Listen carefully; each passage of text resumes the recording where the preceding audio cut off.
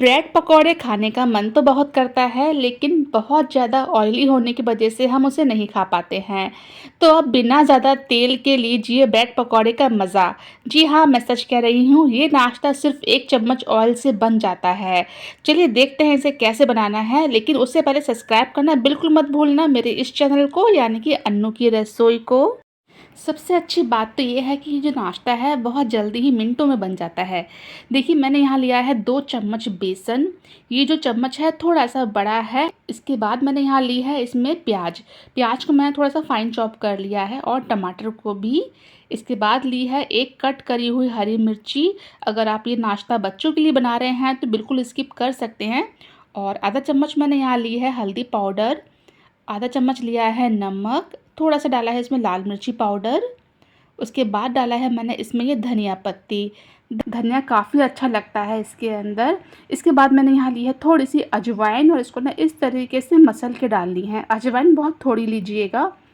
और अब हमें पानी से ना इसका एक बैटर रेडी करना है, थोड़ा-सा पतला रखिएगा क्योंकि हम इसे ब्रेड पर लगाएँगे तो अच्छे से कोटिंग होनी चाहिए ब्रेड के ऊपर इस बेसन की।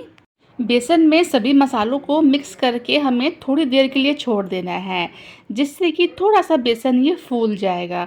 यहाँ पर मैं आपको याद दिला देती हूँ, अगर अभी तक सब्सक्राइब नहीं किया है तो प्लीज़ सब्सक्राइब कर लीजिए, और अगर आप ये वीडियो मेरी फेसबुक, इंस्टा पे देख रहे हैं तो फॉलो कर लीजिएगा। और साथ में कमेंट सेक्शन के बगल में हाइप का ऑप्शन आया तो हाइप भी कर दीजिएगा। तो यहाँ पर मैंने कंसिस्टेंसी मेंटेन कर ली है, इतना पतला ये काफ़ी है बेसन, क्योंकि रखे-रखे भी थोड़ा-सा ये थोड़ा थिक हो जाएगा। इस हमें बेसन को काफ़ी अच्छे से मिक्स कर लेना है, 5 मिनट के लिए छोड़ देना है जैसा कि मैंने बताया। देखिए अब यहाँ पर मैंने ली है ये ब्रेड। इस स्नैक्स को बनाने के लिए ना आपको फ्रेश ब्रेड ही लेनी है। यहाँ मैंने मैदे की ब्रेड ली है, आप चाहे तो आटा ब्रेड भी ले सकते हैं। ब्रेड ली है मैंने यहाँ पर, इसके मैंने साइड के एजेस नहीं निकाले हैं। इसमें बेसन हमें अच्छे से लपेट लेना है, ये देखिए बस। अब इसको हमें रखना है इस तवे के ऊपर, या तो आप कोई नॉन स्टिक पैन ले लीजिएगा या फिर कोई आयरन का तवा जिस पर हम रोटी बनाते हैं। अब हमें तब पलटना है जब ये सिक जाएगी। गैस की फ्लेम को आपको ना मीडियम रखना है, बहुत ज़्यादा स्लो या फिर हाई पे मत रखिएगा। जैसे ही ये एक साइड से सिक जाएगी तब हमें इसे पलटना है और इसको दबा-दबा के हमें क्रिस्पी कर लेना है। जब आप इसको ना दूसरी साइड से पलटेंगे तब हमें हल्का-सा ऑयल इस पे और लगा देना है, जिससे कि दूसरी साइड से भी ये अच्छे तरीके से सिक जाए ऑयल डाल करके। आप चाहें तो इसके लिए बटर भी ले सकते हैं या देसी घी भी ले सकते हैं। तो बहुत ही कम ऑयल से ये नाश्ता बन जाता है, जो सभी को बहुत ज़्यादा पसंद आएगा, क्योंकि हर एक कोई कम ऑयल से बना खाना ही खाना चाहता है आजकल।